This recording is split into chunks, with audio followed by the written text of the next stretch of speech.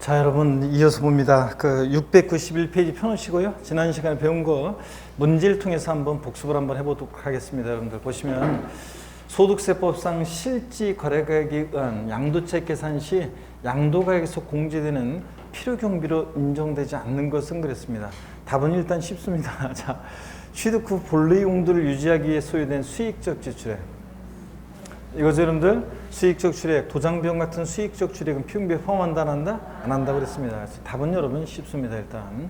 자, 토지를 취득함에 있어서 법령 등의 규정에 따라 매입한 토지개발채권을 만기 전에 양도로 발생한 매각차손, 양도비용으로 포함한다 그랬죠? 예.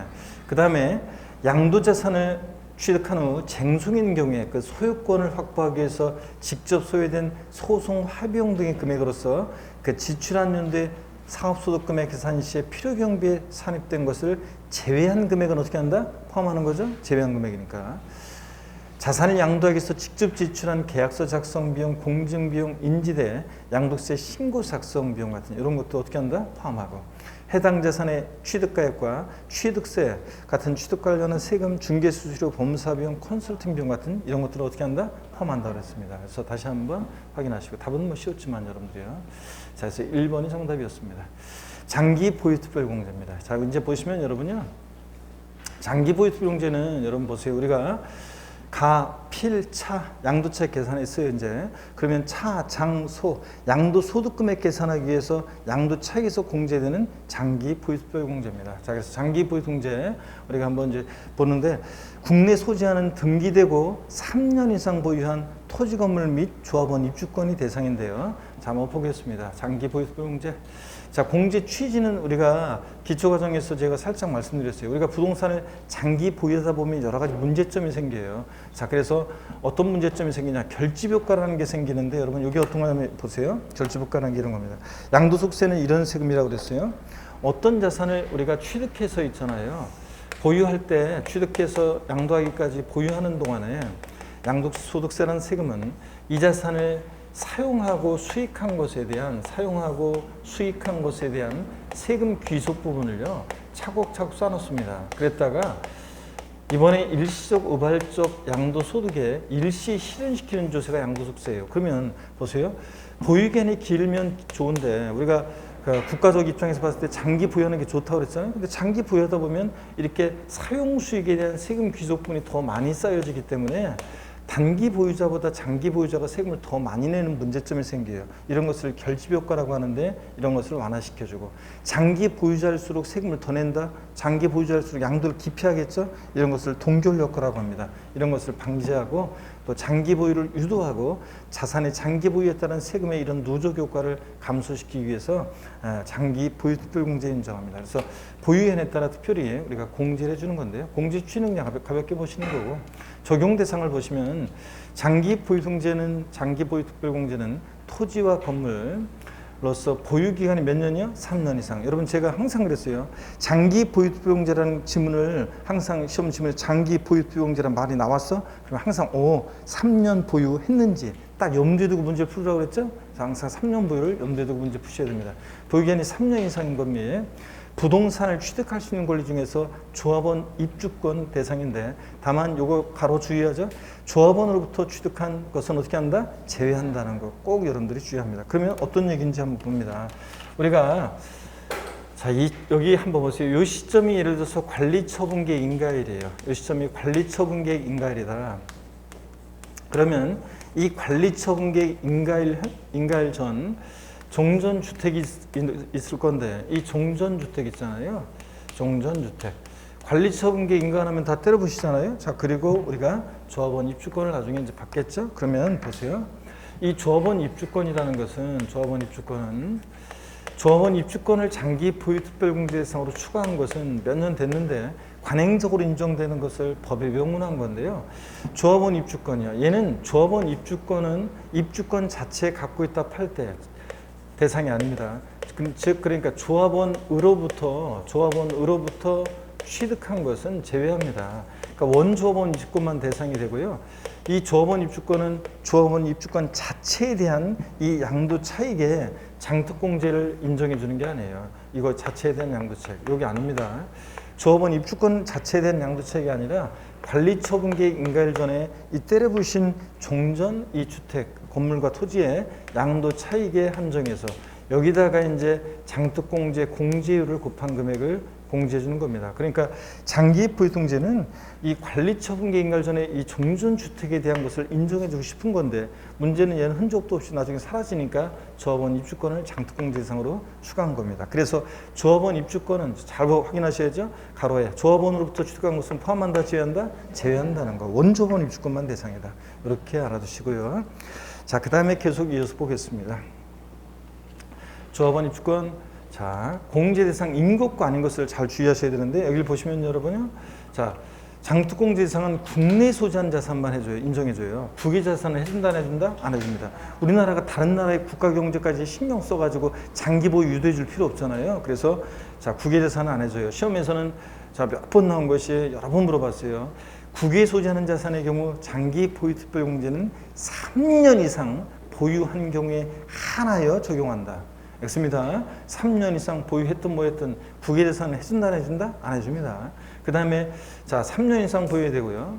근데 3년 그래서 미만 보유한 자산은 제외되고 토지 건물 조합원 입주권만 대상입니다. 그래서 토지 건물 조합원 입주권 이외 양도자산 안 돼요. 그래서 뭐 우리가 지상권, 전세권이라든가 또 아파트 당첨권, 분양권이라든가 또 그 다음에 기타 자산, 주식 이런 거 안 됩니다.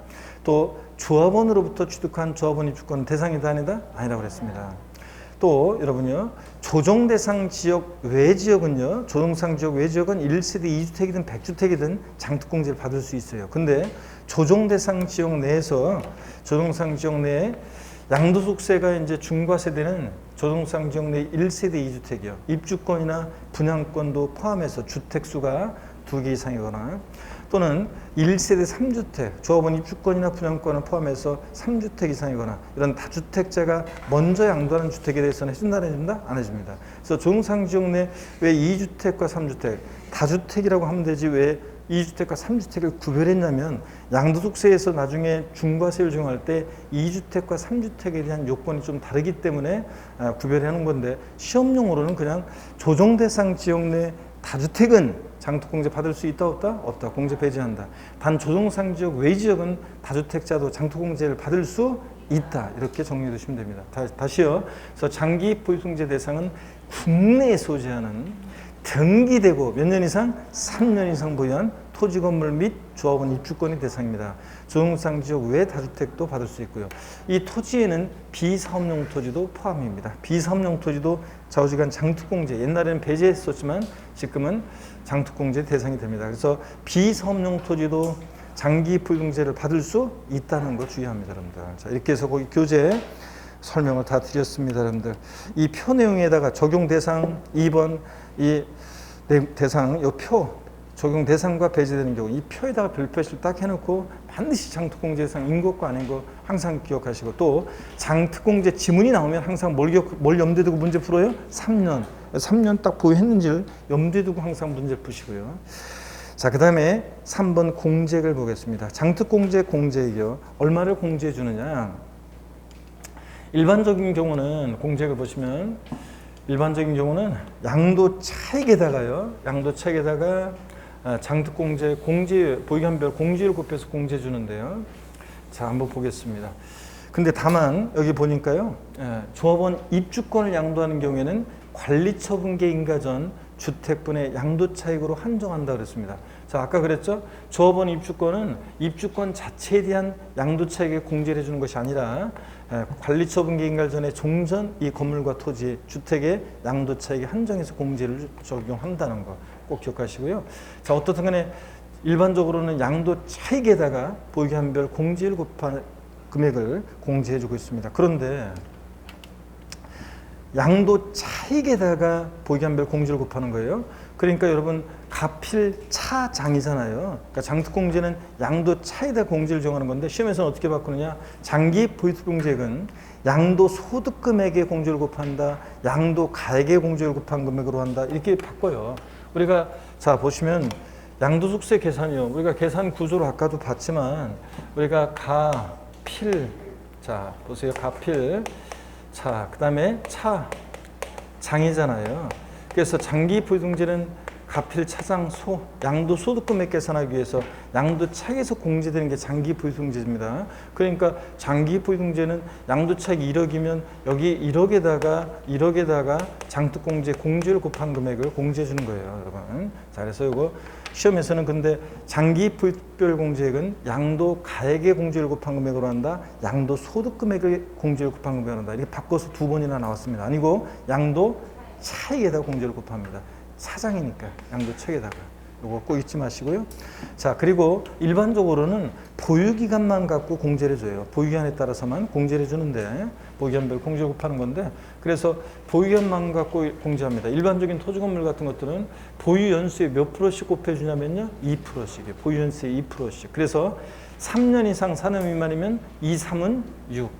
자, 5년 이상 6년 미만이야 2, 5, 10. 이런 식으로 해서 보유연수 2%씩 곱해가지고 2%씩 곱해가지고, 자, 우리가 만약에 15년 이상이다 그러면 최대 몇 프로까지요? 양도차익의 30%까지. 그래서 6%부터 30%까지 이렇게 장특공제 공제를 적용합니다. 일반적인 토지 건물은 보유연수 2%씩 적용한다는 거.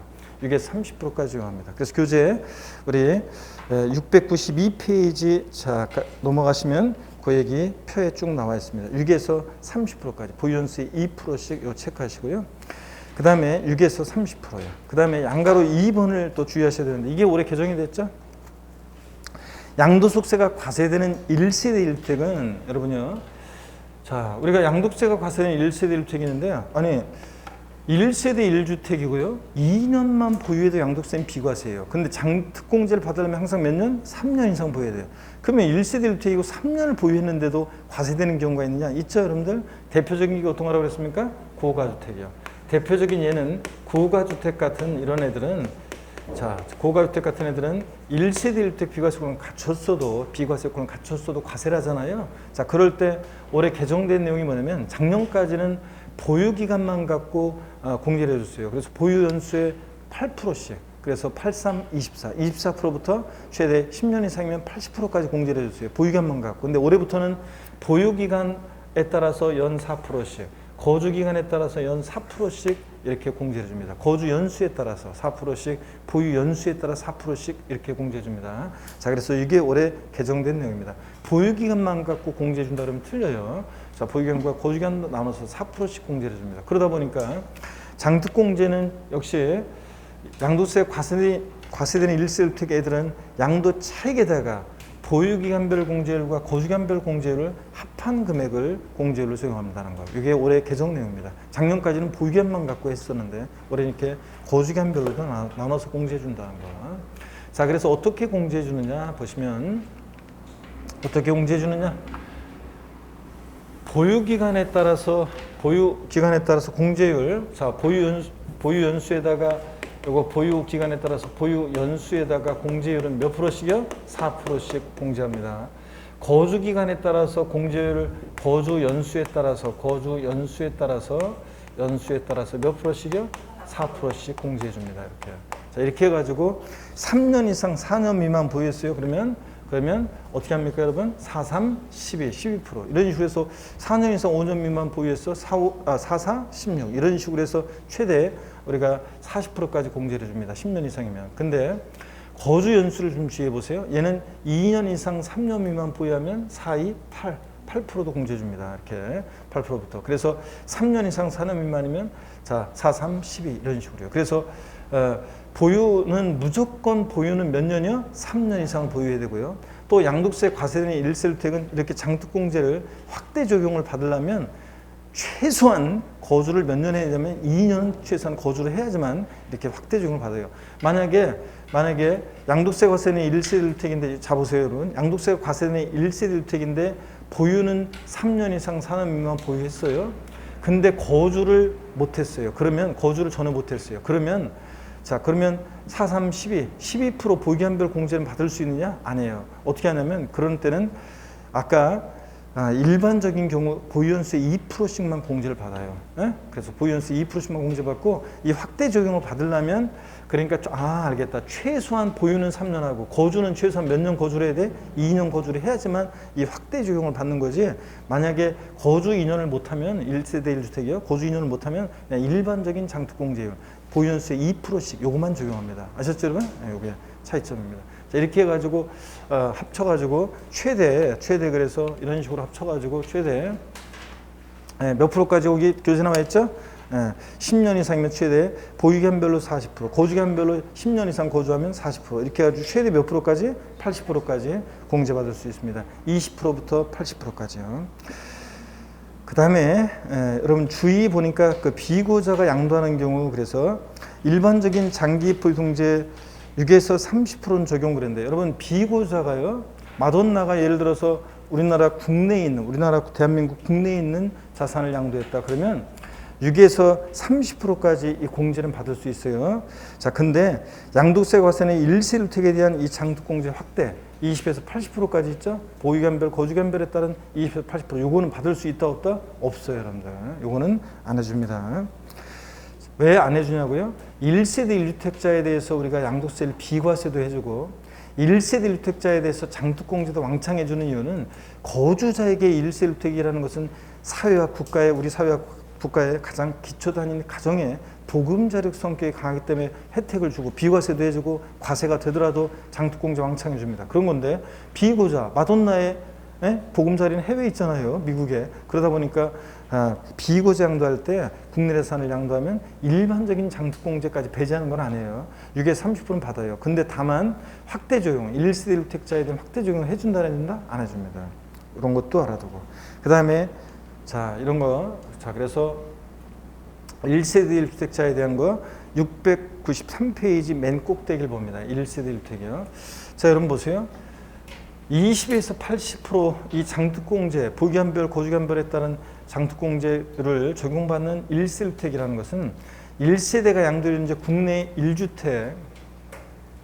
1주택을요 보유하고 그 보유한 지 몇 년이요? 2년 이상일 때 말합니다. 그러니까 아까 제가 얘기했어요. 1세대 1주택 20에서 80% 확대 적용을 받으려면 최소한 거주는 보유 3년이고 거주는 최소한 몇 년 이상 해야 돼? 2년 이상 거주해야지 확대 적용을 받는 거지.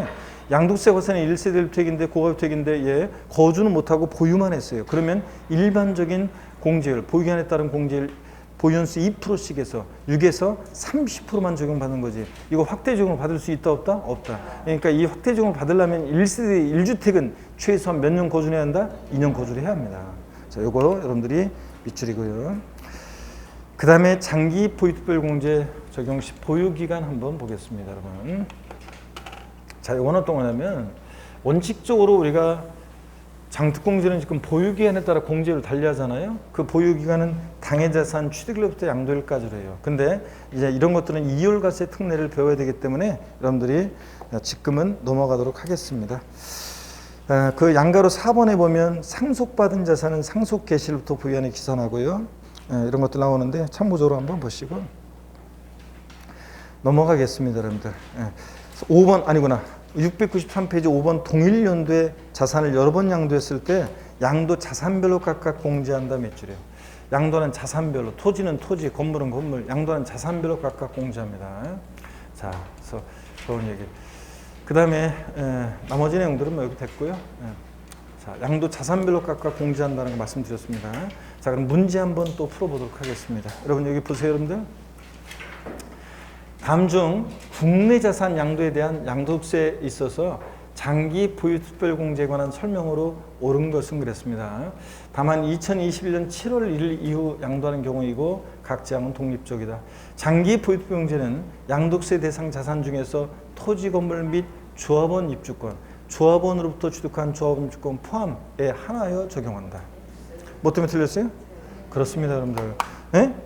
다시 뭐 때문에 틀렸다고요? 그렇지. 조합원 입주권, 조합원으로부터 취득한 조합원 입주권 포함해 제외요? 제외입니다, 여러분들.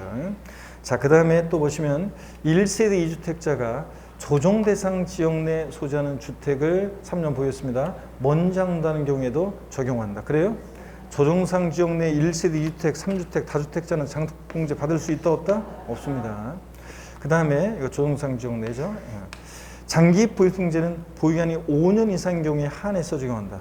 장특공제는 항상 문제 지문 보면 뭘 염두에 두고 3년 이거 염두에 두고 찾으라고 그랬죠? 아, 왜 이렇게 하고서 3년 했나 보유했나 지문에서 아셨죠, 여러분들? 항상 문제 속에서 3년 보유를 염두에 됩니다. 5년 아니고 3년이고. 자, 이렇게 해서 그 다음에 계속해서 보겠습니다.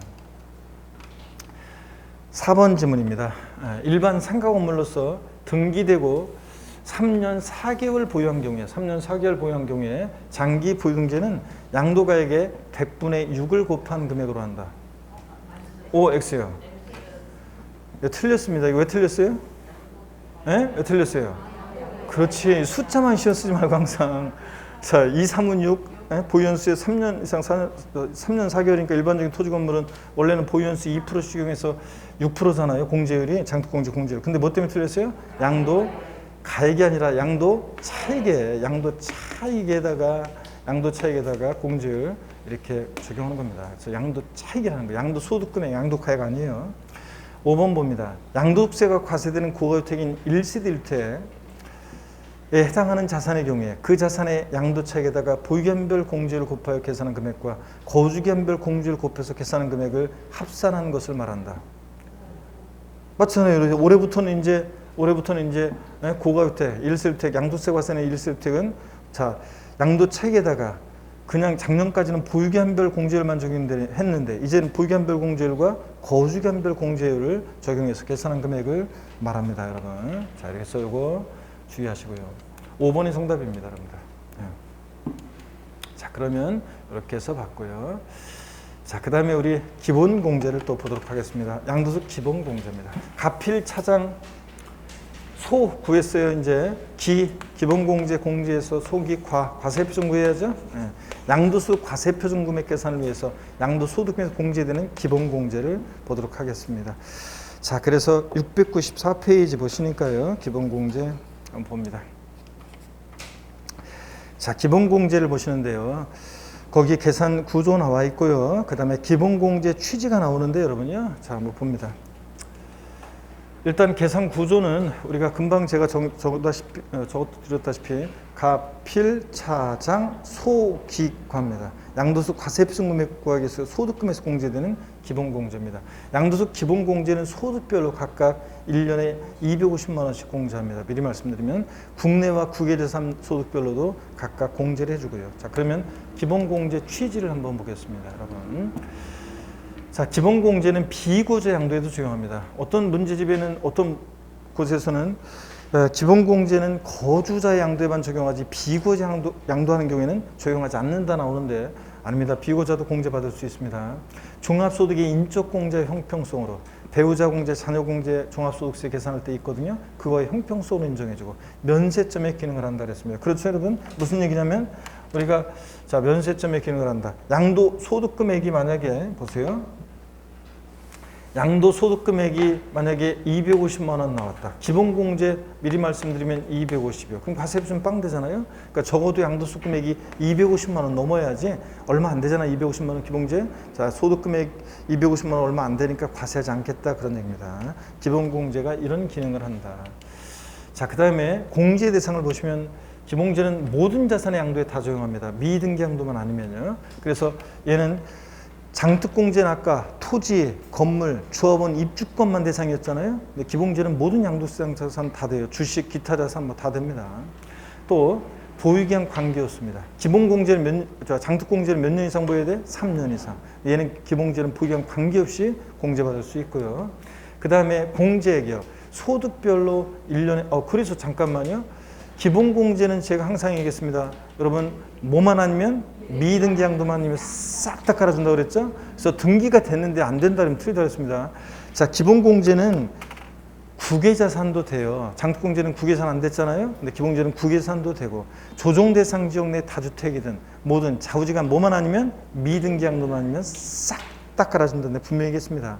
자, 소득별로 각각 연 250만 원 공제합니다. 여기 소득별로. 양도 자산별로 각각 공제한다 그러면 틀려요. 소득별로 각각 공제합니다. 이때 소득은 어떤 소득과 어떤 소득을 구별하느냐 한번 보겠습니다. 자, 기본공제는 어떤 소득과 어떤 소득을 구별하느냐 보시면 자, 보세요. 부동산 등과요. 부동산 등에서 250, 주식 또는 출자 지분에서 250, 파생 상품에서 250, 또 신탁 수익권이 올해 추가됐죠. 신탁 수익권 소득별로 각각 공제해 줍니다. 또 국내와 국외자산의 소득별로 각각 공제를 해주고요. 자, 그래서 기본 공제는 그러면 소득별로 각각 공제한다고 그랬잖아요. 자, 부동산 등과 주식과 파생상품, 신탁수익권이요. 소득을 몇 종류로 나누냐면 4종류로 나눠서 공제해 줍니다. 그러면 최대 국내산만 양도했을 때 여기서 250, 여기서 250, 여기서 250, 여기서 250, 최대 1,000만 원까지 받을 수 있네요. 또 국내 소득과 물론 국외 소득은 구별하지만, 자, 어떻든 간에 소득별로 각각 1년에 250만 원 공제합니다. 자, 그래서 그런 얘기고요. 그 다음에 공제 방법을 보겠습니다. 여러분, 공제법을 보니까요, 양도 기본 공제법을 봅니다. 공제 방법은 먼저 양도소득금액에 감면받은 소득금액이 있으면 당해 감면소득금액 외에 양도소득금액에서 먼저 공제하고요. 감면받은 소득금액 외의 양도소득금액에서는 양도한 순서대로 공제합니다. 차례로. 양도소득금액 범위 내에서 물론 또 공제를 해주고요. 그러면 여러분 보세요. 양도소득금액 범위 내에서만 공제해준다 그런 얘기입니다. 그래서 우리가 감면소득이 있다는 것은 어떤 거냐면 여러분 보세요. 감면소득이 있다는 것은 우리가 뭐 8년 제촌 작용농지 양도소득이요. 예를 들어서 양도세 산출세액이 1억 2천이에요. 그러면 여러분 보세요. 농지를 양도했는데 양도소득세 산출세액이 1억 2천이다 그러면 여러분 우리가 8년 제촌 작용한 농지 양도소득세는 100% 감면해 주는데 다만 감면 한도가 있어요. 무한정은 아니고 1년 내에 1억 원 한도 내에서만 감면받을 수 있어요. 양도세 산출세액에 1억 원 한도 내에서만. 그러면 산출세액이 1억이 만약에 8천이다. 그러면 100% 감면이죠? 1억 한도니까. 근데 1억 2천이면 1억 원까지는 감면이지만 2천만 원 부분은 과세를 할 거 아니에요. 그러니까 여기 감면소득이 있죠? 감면소득이 얼마가 있어요? 1억 있잖아요. 자, 이런 경우에는 감면소득 1억 있잖아요. 그럼 이런 경우에는 또 일반적인 건물을 팔았어요. 자, 양도소득이 만약에 뭐 3천만 원, 또 토지를 팔았어요. 일반적인 토지를 양도소득이 만약에 2천만 원. 그러면 제가 어떤 얘기냐면 이 얘기는 자, 감면소득금액 외의 소득금액에서 먼저 공제합니다. 그래서 여기서 얼마? 250. 이런 식으로. 자, 토지에서는 물론 여기서 받았으니까 양도한 순서대로 공제해 주니까 얘네들 전부 다 합쳐가지고 토지 건물 부동산에 관한 걸 이거 전부 다 합쳐가지고 1년에 얼마? 250만 원 공제해 줘요. 그러니까 토지 양도시에는 기본공제 받을 수 있어요? 없어요? 없어요, 여러분들. 양도한 순서대로 공제해 줍니다. 이해되십니까, 여러분? 감면소득금액이 있으면 감면소득금액 외 소득금액에서 먼저 공제하고, 또 양도소득금액 범위에서 공제해 준다는 건 무슨 얘기냐면 소득금액이 예를 들어서 200만 원 계산됐어요. 근데 기본공제 250이에요. 그래서 과세표준 마이너스 50 이러면 돼야 안 돼요? 안 되죠. 그러니까 양도소득금액이 200만 원이면 기본공제 얼마 해줘요? 200만 원. 소득금액 범위 내에서만 공제를 해줍니다, 여러분들. 이런 얘기입니다. 이해되십니까, 여러분? 이런 거고. 자, 이렇게 해서 기본공제 해줍니다. 그 다음에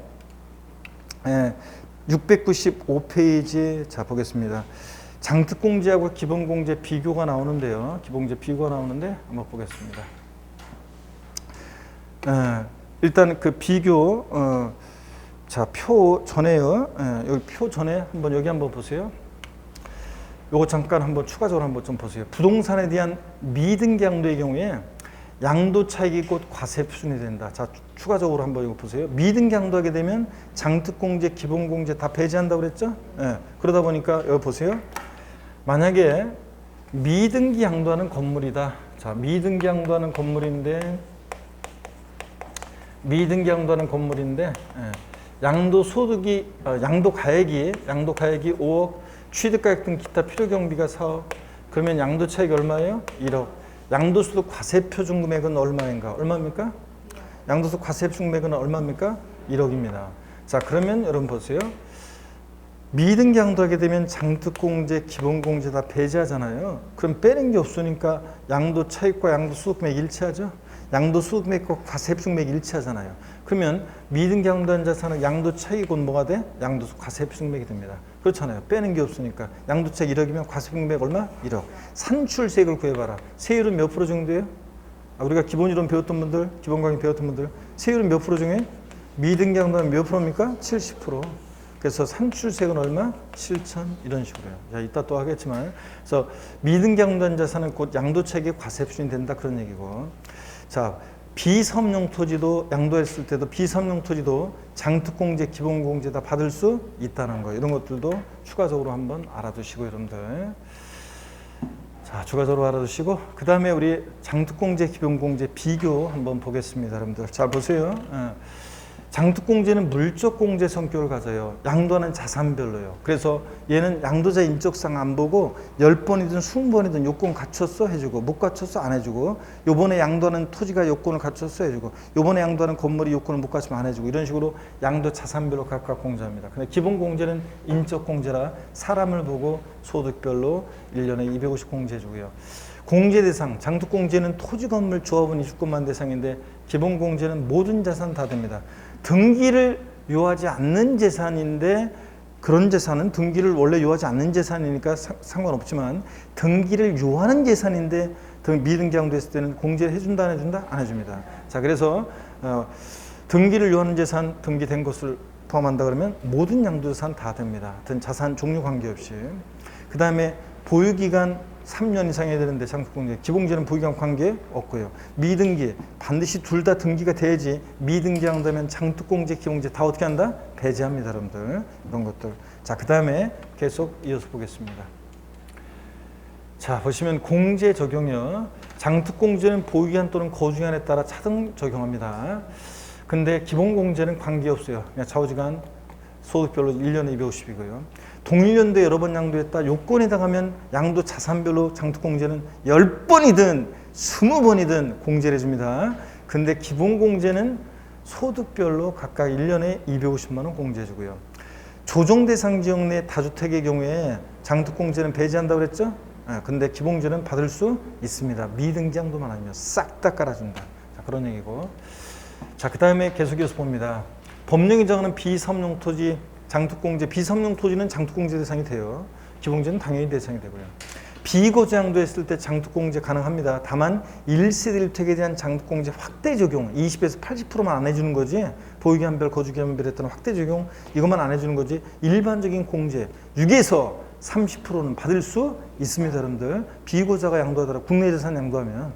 예? 자, 기본공제는 공동소유자, 여기에 비거주 양도했을 때 당연히 기본공제는 깔아주는 거고요.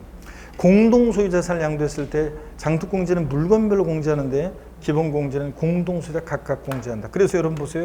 만약에 공동소유 자산을 양도한다. 자, 갑과 을 공동소유 자산을, 그러면 장특공제는 장비 보유 특별공제는 물건만 보고 공제해 줍니다. 근데 기본공제는 공동소유자 각각 공제해 줍니다. 각각 250만 원씩 공제해 줍니다. 그래서 부부 공동 명의로 되어 있으면 각각 기본공제 받을 수 있습니다, 여러분들. 자, 이런 얘기고요. 자, 그러면 우리가 장특공제, 기본공제까지 우리 비교해서 또 봤습니다. 자, 이렇게 해서 장특공제, 기본공제 딱 정리를 해두셔야 되고, 문제를 또 한번 그럼 풀어보도록 하겠습니다. 그럼 문제를 한번 볼게요, 여러분들. 자, 문제를 한번 봅니다. 먼저요. 양도소득 과세표준 계산 시 양도소득 기본공제에 대한 내용으로 틀린 거 그랬습니다. 양도소득 기본공제는 보유기간이 3년 이상인 자산에 한하여 적용된다. 첫 판에 그냥 바로 답이 나와버렸네요. 자, 그래서 1번이 정답입니다. 기본공제는 보유기간 관계 있어요? 없습니다. 미등기 양도자산에 대해서는 원칙적으로 양도소득 기본공제를 적용해야 하나요? 안 합니다. 자산을 4종류로 구분하죠. 부동산 등과 부동산하고는 기타 자산, 얘네들 전부 합친 곳에서 1년에 250. 그리고 주식, 출자 지분, 양도소득 금액에서 250, 파생 상품에서 250, 신탁 수익권에서 250 이렇게 자 공제를 해줍니다. 그래서 소득 금액별로 각각 연 250만 원씩이요. 자, 그러고 보니까 우리가 기본공제 이거 어떻게 공제하는지를 좀 더 제가 설명을 한번 드려볼게요. 자, 심화 이론 우리가 에서 배웠던 내용들.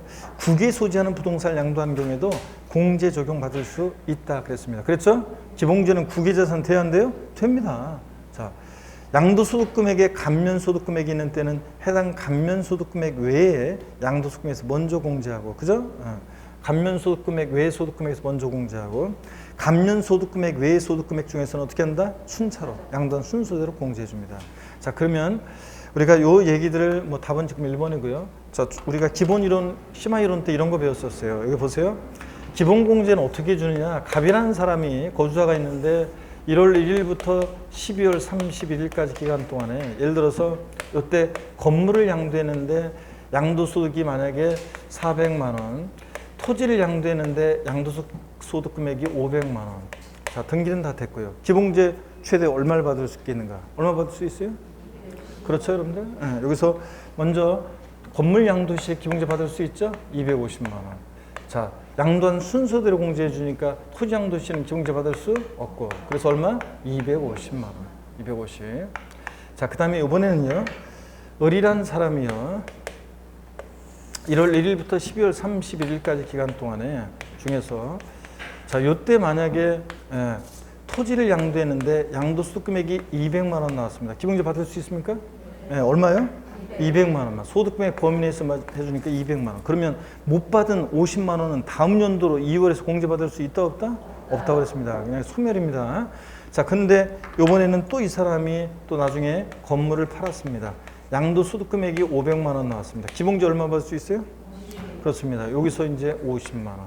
자, 여기서 50. 그래가지고 여기서 50. 그래서 자, 토탈에서 얼마요? 토탈에서 250만 원 받을 수 있습니다. 이런 것도 했었고, 우리. 또 그 다음에 이런 것도 했습니다.